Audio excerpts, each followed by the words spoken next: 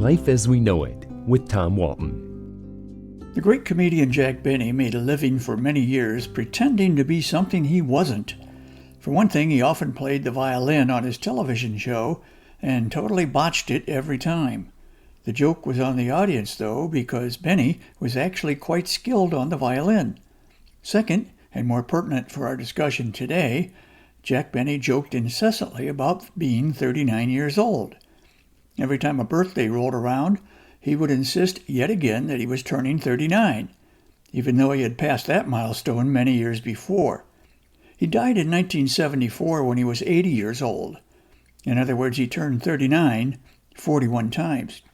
But turning 40, as dreadful as it must have seemed to Benny, had no such effect on me.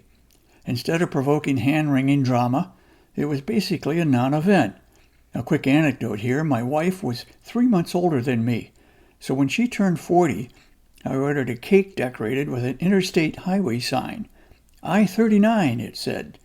Beneath the sign, I added, You 40. Fortunately, she laughed. My 40s were productive years professionally and personally. I was happily married to my soulmate, and she and I were in love not only with each other, but our two fabulous kids, a girl and a boy. Being 40-something was hard to beat. Turning 50 was somewhat less so.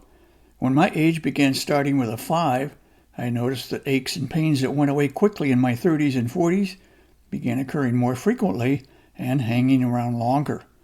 But it was no big deal. I was still physically active, even though getting down on one knee and getting back up required more of an effort than it ever had in my youth. The 50s came and went, and along came 60. Now it was time to take stock of my advancing years and accept with great reluctance that I was approaching that dreaded category called senior citizen. I resisted, even when it came time to retire from work and begin accepting Social Security benefits. I was determined to stay off the couch. I continued playing senior baseball with my buddies. Then the 60s just rolled into my 70s, and nothing much changed. Joints and muscles still hurt, but competitive baseball was still fun. Though the guy I saw in the mirror looked wrinkled and unfamiliar, inside I still felt like I was 30-something. You're waiting for the other shoe to drop, right? Well, here I am 2 days away from my 82nd birthday, and I have to confess that my shoe might not have dropped, but it is beginning to slip off my foot.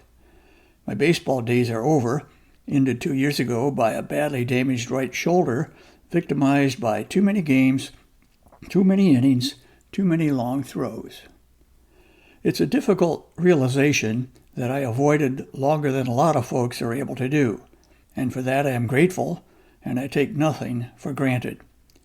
My goal now is to cruise through my 80s while counting my blessings and counting down the days to my next milestone birthday, the big 9-0.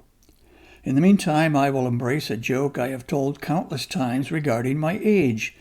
My birthday is on New Year's Eve, but as I like to say, if I'd been born a day later, I'd be a year younger.